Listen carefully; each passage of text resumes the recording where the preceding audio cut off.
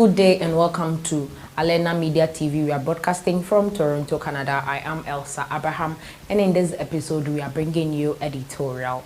Ethiopia is living a nightmare. Let's go for a quick break. We'll be right back.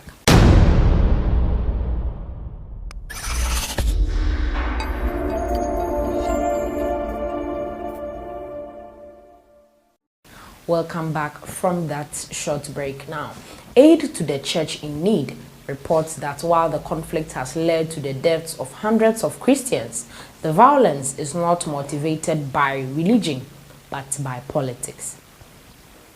The situation in northern Ethiopia is very alarming. Communication is very precarious, and for almost 3 weeks, the Tigre region has been totally isolated from the rest of the world. No internet or telephone. But the news we get from those who have been able to visit the area is terrible. This is the assessment by Regina Lynch, project manager of Aid to the Church in Need, the ACN.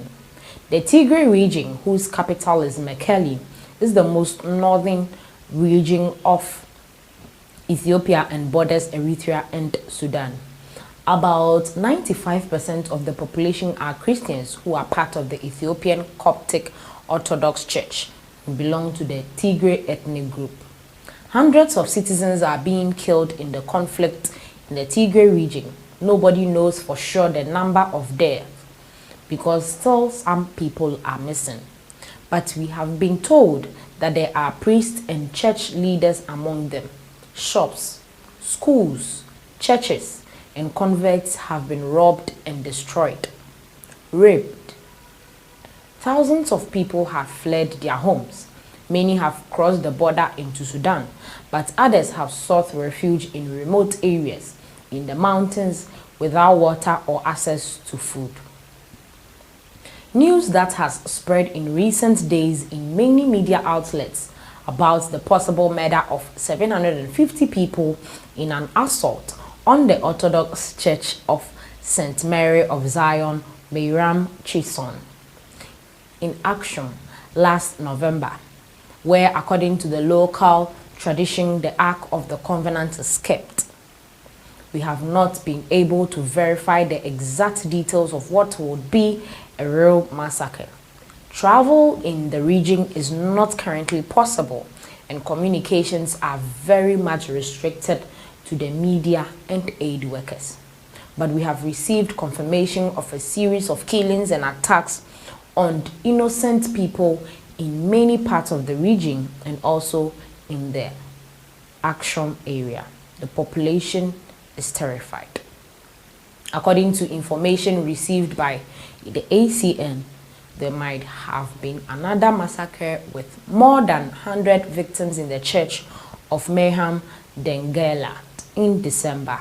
Although the conflict has led to the deaths of hundreds of Christians, sources reiterate that the violence is not motivated by religion but by politics. Due to COVID-19 pandemic, the parliamentary elections planned for August 2020 were postponed until after the pandemic by the Nationalist Party, People's Front for the Liberation of Tigray, independently organized and without the permission of the national government. Regional elections in Tigray in early September, which created a political crisis that led to military intervention.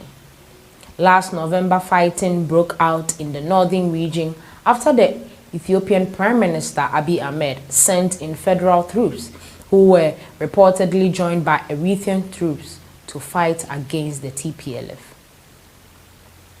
This has been confirmed by another source contacted by the ACN, who wishes to remain anonymous for fear of reprisals. Frankly, the problem is that the Eritrean troops have been involved from the beginning. The government has denied this, but it is the Eritrean troops who are committing killings in the east and the northwest of Tigray. It is almost impossible to confirm the figures, but we have received information of people killed by Eritrean troops in Europe, in Zalambasa, and in Sebeye. I have also heard of dozens of people, including priests, killed in a church in Getailo, Gulemakada, and some sources report. The isolation of the region makes it very difficult to send in aid, explains Lynch, who is asking for support for Ethiopia and especially for the region of Tigray.